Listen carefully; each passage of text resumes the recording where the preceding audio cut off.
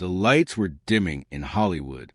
The year was 1975, and on a film set in New York City, something was happening that would remain buried for decades. Faye Dunaway, one of the most captivating actresses of her generation, stood face to face with Robert Redford, America's golden boy, the man every woman wanted and every man wanted to be. But what transpired between them during the filming of 3 Days of the Condor wasn't a romantic fairy tale that audiences would see on screen. No, what really happened was something far more complex, far more human, and it took Faye Dunaway nearly 50 years to finally tell the whole truth about what Robert Redford once did to her. And when she finally opened up, the revelation sent shockwaves through Hollywood, forcing us all to reconsider everything we thought we knew about one of cinema's most iconic pairings. Picture this. It's the mid-'70s, the golden age of paranoia thrillers, and Hollywood is churning out films that reflect America's deep distrust of its own government. Watergate has just happened. Nixon has resigned in disgrace, and the country is reeling from revelations about CIA operations, secret wars, and government conspiracies. Into this atmosphere steps 3 Days of the Condor, a thriller about a bookish CIA analyst whose entire office is murdered, forcing him on the run. Robert Redford, fresh off successes like The Sting and The Way We Were, is cast as Joe Turner, the protagonist, and for his love interest, a woman who gets kidnapped into his nightmare. They cast Faye Dunaway, the fierce beauty who had already proven her acting chops in Bonnie and Clyde, and would soon win an Oscar for Network. On paper, it seemed perfect. Two of Hollywood's biggest stars, a gripping story, and a director, Sidney Pollack, who had already proven his mastery of craft. But behind the scenes, something else was brewing. Something that would challenge Faye Dunaway in ways she never expected. And something that would reveal a side of Robert Redford that the public rarely got to see. To understand what really happened, we need to go back to the beginning, to who these two people really were when they came together on that set. Faye Dunaway was not your typical Hollywood starlet. Born Dorothy Faye Dunaway in 1941 in Bascom, Florida, she grew up in a military family, moving constantly, never quite settling into any one place. That rootlessness would define her life and her approach to acting. She wasn't interested in being a movie star in the traditional sense. She wanted to be an artist, someone who could disappear completely into her characters, who could find truth in performance. After studying at Boston University and then the American National Theater and Academy in New York, she began working in theater, building a reputation as a serious actress, someone who brought intensity and intelligence to every role. When she burst onto the screen in 1967's Bonnie and Clyde, playing the legendary bank robber Bonnie Parker opposite Warren Beatty, she became an instant sensation. But Dunaway never seemed comfortable with fame. In interviews from that era, you can see her searching for words, try to articulate something deeper than just celebrity chit-chat. She wanted her work to matter. She wanted to dig into the psychology of her characters, to understand their motivations, their fears, their desires. And this intensity, this refusal to just coast on her stunning looks and natural charisma, made her both brilliant and sometimes difficult to work with. By the time she was cast in 3 Days of the Condor in 1975, Faye Dunaway was at the height of her powers. She had just filmed Chinatown with Jack Nicholson, giving one of the most layered, heartbreaking performances in cinema history. She was in demand, she was respected, and she was ready for her next challenge. But nothing could have prepared her for what would happen when she stepped onto the set with Robert Redford. Now, let's talk about Robert Redford. In 1975, he was arguably the biggest movie star in the world. With his sun-kissed hair, his piercing blue eyes, and that easy, all-American charm, Redford seemed like Hollywood royalty. But unlike many movie stars of his era, Redford wasn't content to just be handsome. He wanted to make films that mattered, films that said something about America, about power, about corruption. He had founded the Sundance Institute to support independent filmmakers, and he was carefully choosing roles that aligned with his values. But there was another side to Robert Redford, a side that was far more complex than his public persona suggested. Those who worked with him often described him as intense, perfectionistic, sometimes aloof. He wasn't the warm, buddy-buddy type that you might expect from his on-screen charm. He was professional, certainly, but there was a distance there, a reserve. And when it came to filming 3 Days of the Condor, that distance would become a crucial element of what Faye Dunaway would later reveal. The plot of 3 Days of the Condor centers on Joe Turner, Redford's character, a CIA researcher who returns from lunch one day to find all his colleagues murdered. Realizing that he's the next target, but not knowing who to trust within the CIA itself, he goes on the run.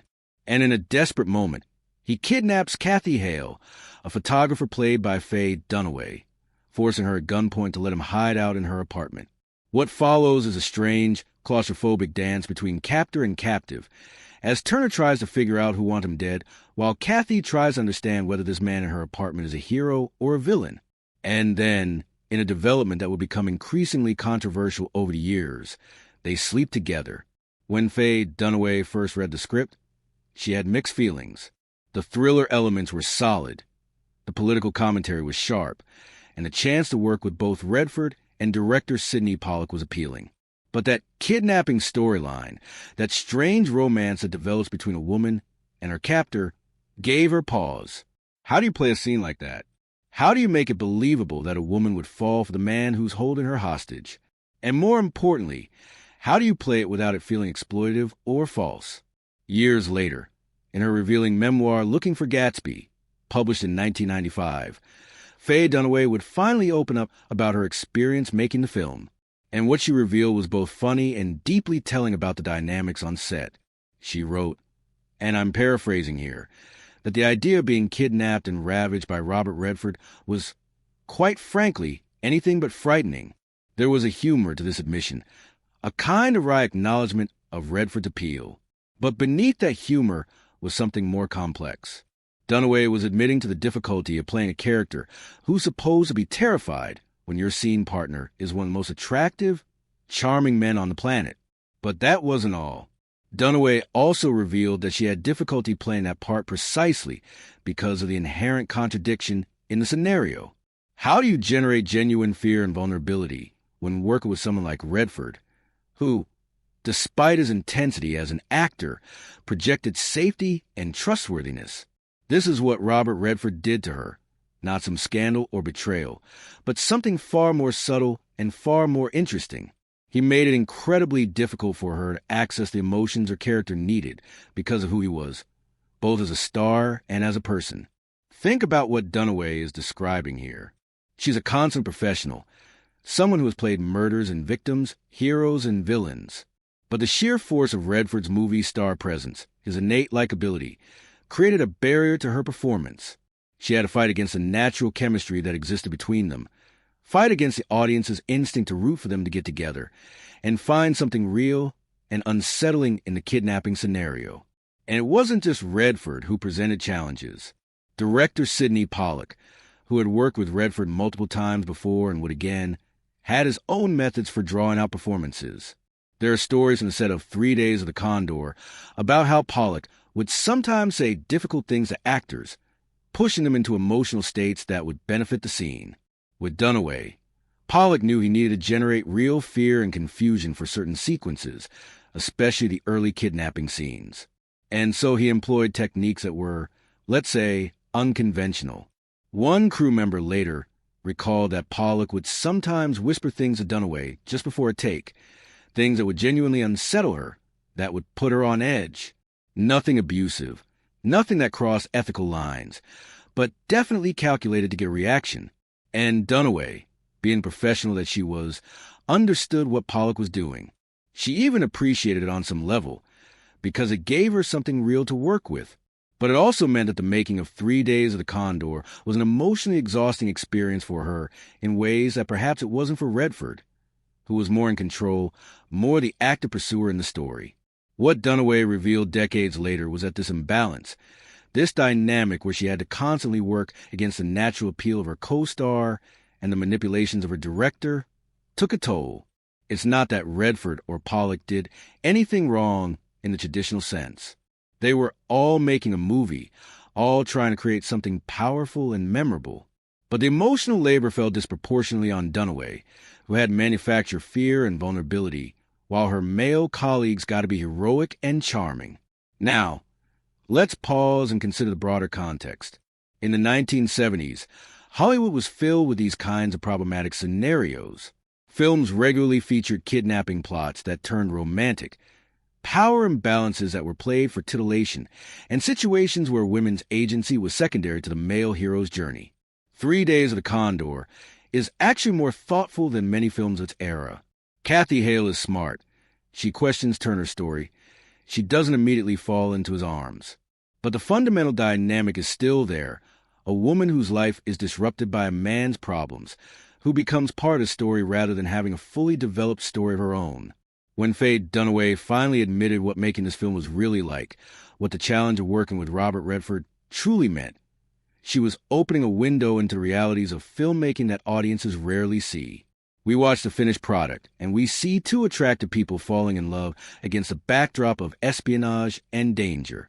We don't see the actress struggling to find her character's fear, working against her co-star's natural charisma, being emotionally manipulated by her director to get the right performance.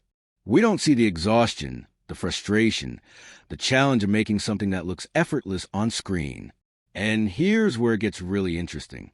Despite these challenges, despite the difficulty of the role and the complex dynamics on set, Faye Dunaway delivered an absolutely incredible performance in 3 Days of the Condor. Watch the film today and you'll see her navigating impossible emotional terrain with grace and intelligence. She makes Kathy Hale's journey believable. She shows us a woman who is terrified, then confused, then reluctantly fascinated, then genuinely connected to this man who has upended her life.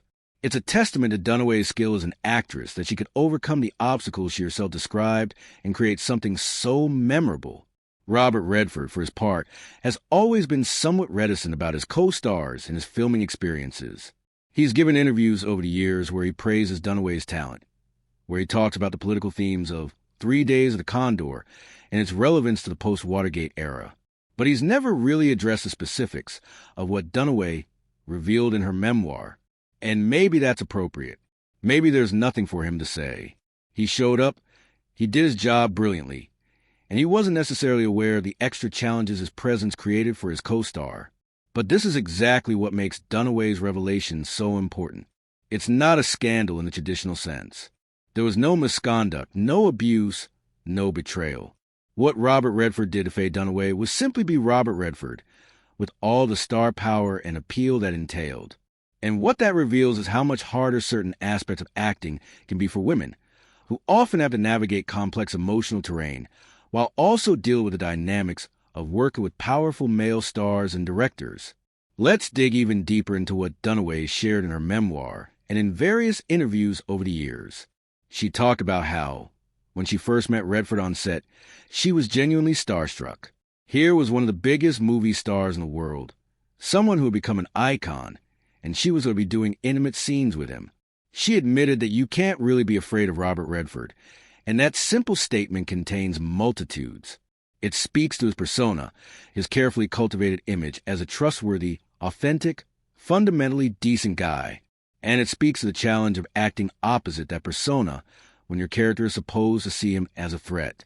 Dunaway has also spoken about how Redford was a gentleman on set, always professional, always prepared. He wasn't one of those method actors who would stay in character between takes or try to actually intimidate his co-stars. He would do the scene, then immediately break and be friendly and normal. And again, this professionalism, while admirable, made Dunaway's job harder. She couldn't use any tension or unpleasantness between them in real life to fuel her performance, because there wasn't any. Everything had to come from her imagination and her craft.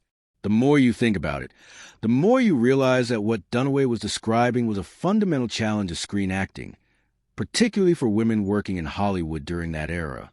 You're asked to generate authentic emotions in response to situations that are completely fabricated, while working with people who may be lovely in real life, but who you need to see as threatening or dangerous or complicated on screen.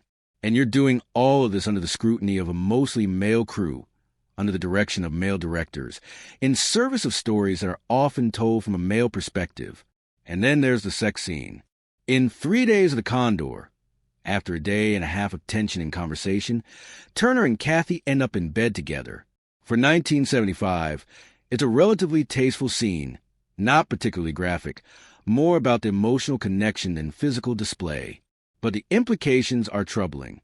This is a woman who's been kidnapped at gunpoint, held hostage in her own apartment, and now she's sleeping with her captor. The film tries to justify this by showing us that Turner is really a good guy in an impossible situation, that Kathy has come to understand his predicament and even sympathize with him. But it's still fundamentally a story about a woman being won over by her kidnapper. Dunaway had to play this scene as if it were a genuine romantic moment, as if Kathy were making a free choice to be with Turner. And that required incredible skill and nuance, because one wrong note and the whole thing could have felt exploitative or unbelievable. She had to show us a woman who is making this choice for reasons that make sense to her in this moment, even if they might not make sense to us as audience members. And she had to do all of this while being aware of how problematic the scenario was on a fundamental level.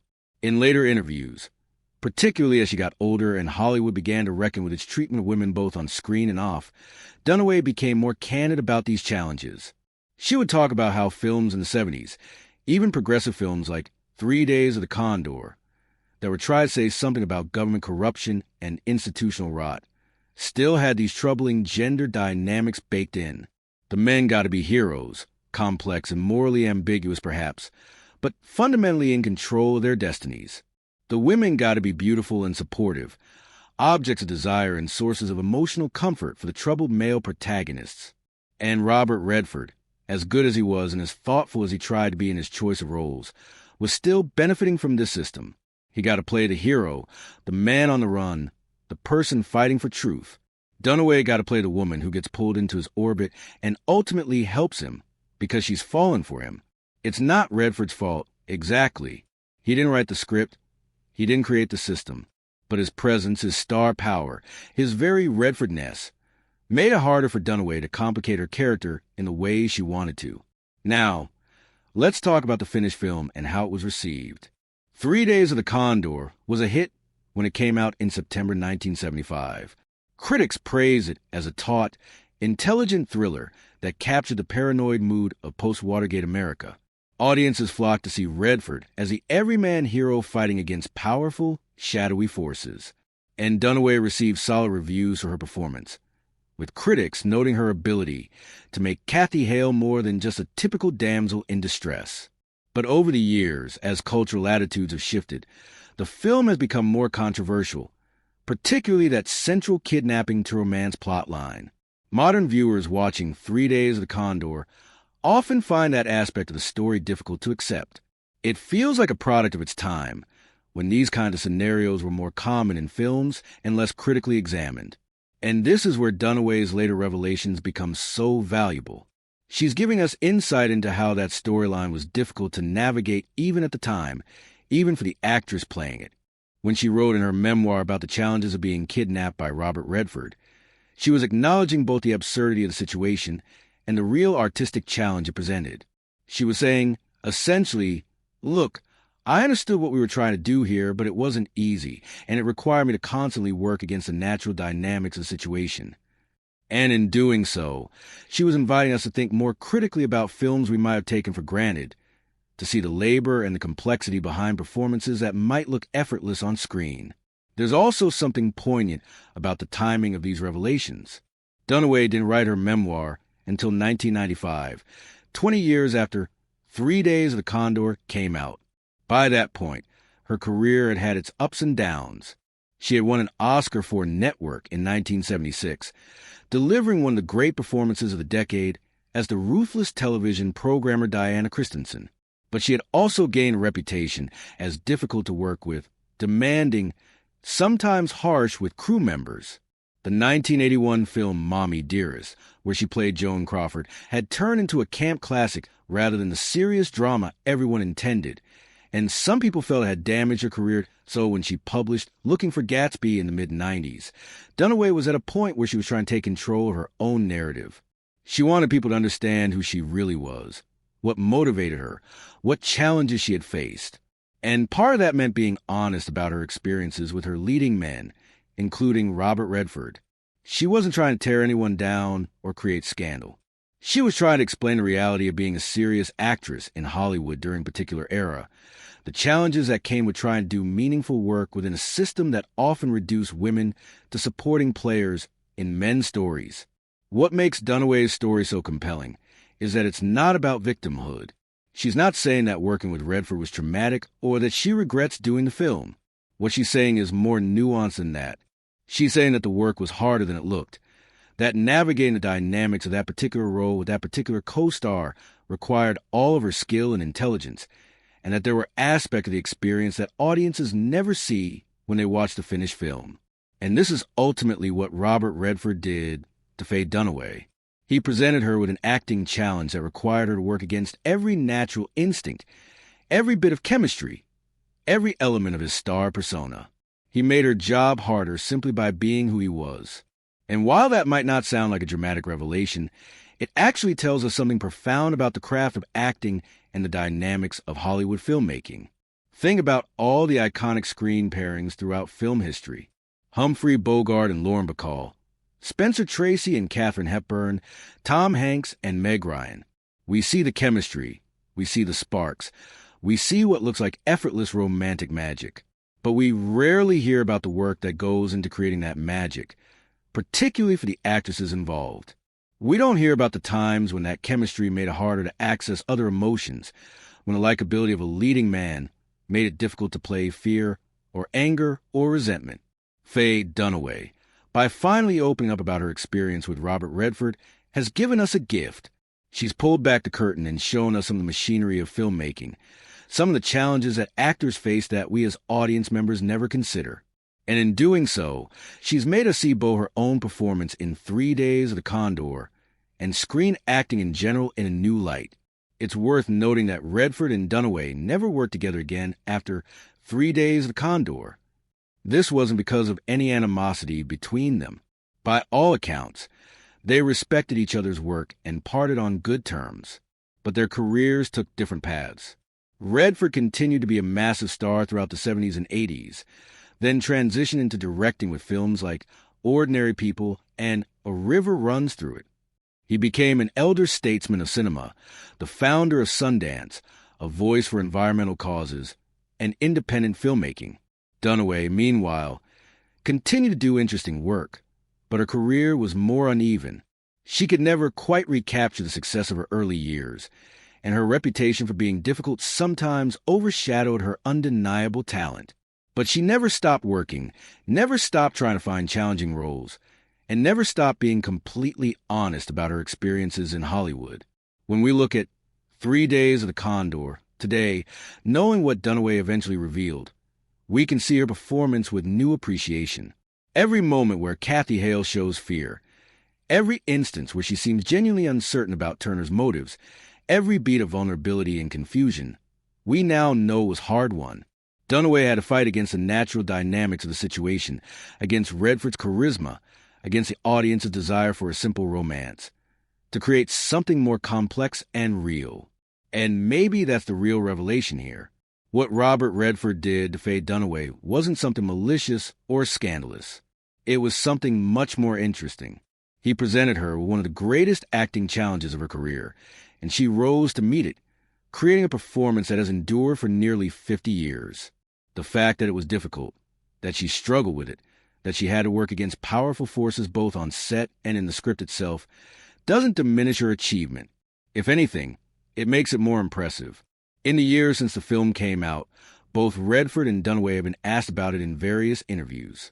Redford tends to focus on the political themes, the way the film captured American disillusionment with government in the wake of Vietnam and Watergate. He talks about working with director Sidney Pollack, about the challenges of the action sequences, about the film's continued relevance. But he's been less forthcoming about the personal dynamics on set, about what it was like to work with Dunaway. Dunaway, on the other hand, has been remarkably candid, not just in her memoir, but in interviews over the years. She's talked about how Redford was a gentleman, how he was professional and prepared, and also about how challenging it was to generate the right emotions opposite someone so inherently likable. She's talked about Sidney Pollack's directing style, his ability to manipulate actors into the right emotional states, and the exhausting nature of that kind of work. In a 2016 conversation at the TCM Classic Film Festival, Dunaway reflected on her leading men over the years, from Warren Beatty in Bonnie and Clyde, to Jack Nicholson in Chinatown, to Robert Redford in 3 Days of the Condor. And what came through in that conversation was her deep respect for all of them, but also her awareness of the different challenges each one presented. With Beatty, who was also the producer of Bonnie and Clyde, there was a challenge of his dual role and his intense involvement in every aspect of production. With Nicholson, there was his unpredictability and his willingness to really hit her in that famous slapping scene. And with Redford, there was that fundamental challenge of playing against type, of having to generate fear and uncertainty in response to someone who seemed so safe and trustworthy.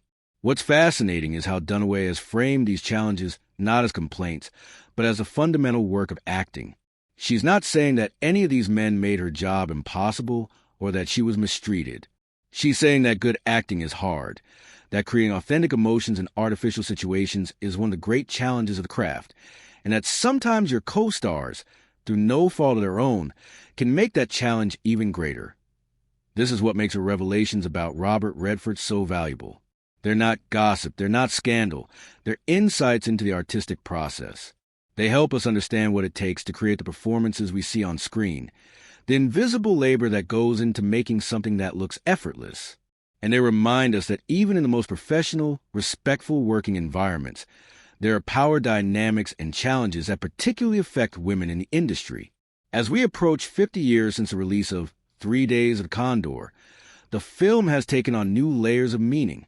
It's still an effective thriller, still a sharp commentary on government overreach and institutional corruption, but it's also become a document of its time, a film that shows us how Hollywood in the 70s dealt with gender dynamics, how it tried to grapple with changing social attitudes while still operating within traditional frameworks.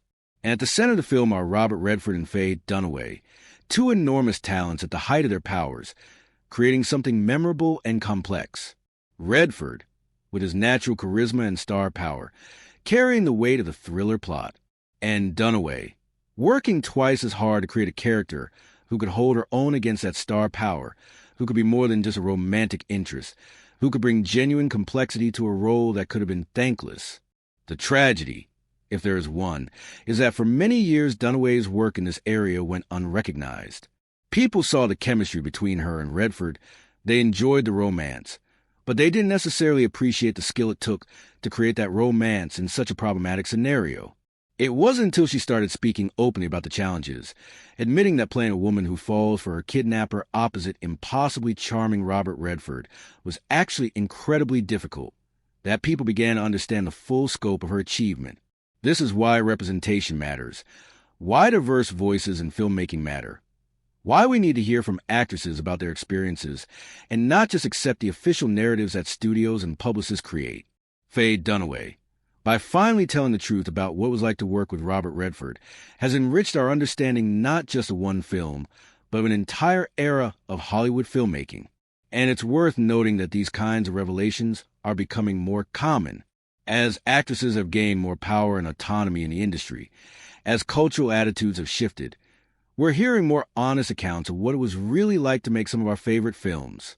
We're learning about the challenges, the compromises, the moments of real difficulty behind scenes that look romantic or thrilling or funny on screen. And each of these revelations makes us better, more informed viewers. So what did Robert Redford do to Faye Dunaway? He showed up on the set of 3 Days of the Condor as one of the biggest movie stars in the world, brought all of his charisma and talent and star power to bear, and in doing so presented his co-star with one of the most challenging acting jobs of her career. He made it difficult for her to access fear when her character needed to be afraid. He made it hard for her to show uncertainty when her character should have been uncertain. He made her work against every natural instinct and every bit of screen chemistry to create something authentic and real. And Faye Dunaway, being the consummate professional and brilliant actress that she is, did that work. She met the challenge. She found performance. And she created a character that has endured for nearly 5 decades. And then, 20 years later, she told us all what it really took to do that. She pulled back the curtain and showed us the machinery, not to complain or to create scandal, but to help us understand the craft of acting and the particular challenges that women face in this industry. That's the real story. Not a scandal, not betrayal, but something far more interesting and far more important. It's a story about the invisible labor of acting, about the challenges that we as audience members never see, about the skill it takes to make something look effortless when it's actually anything but. It's a story about two great actors at the height of their powers, creating something memorable even when the circumstances were difficult. And it's a story about an actress who waited decades to tell her truth, not because she was scared or angry, but because she wanted to make sure we understood the full picture. So the next time you watch 3 Days of the Condor, pay attention to Faye Dunaway's performance. Watch how she navigates the impossible terrain of her character's journey. See how she makes Kathy Hale's fear feel real even when she's playing opposite Robert Redford. Notice the moments of genuine vulnerability, the flashes of anger and uncertainty, the gradual evolution of her feelings toward Turner. And remember that every bit of that was hard work, was a choice, was an actress fighting against powerful forces both on screen and off to create something authentic. That's what Robert Redford did to Faye Dunaway. He gave her one of the greatest challenges of her career. And that's what Faye Dunaway finally admitted after all these years. That it was hard, that she struggled, that she had to bring every bit of her skill and intelligence to bear to make it work. And in admitting that, she's given us a gift, a deeper understanding of her art and her craft, and a reminder that some of the best performances in cinema history were also the hardest to achieve.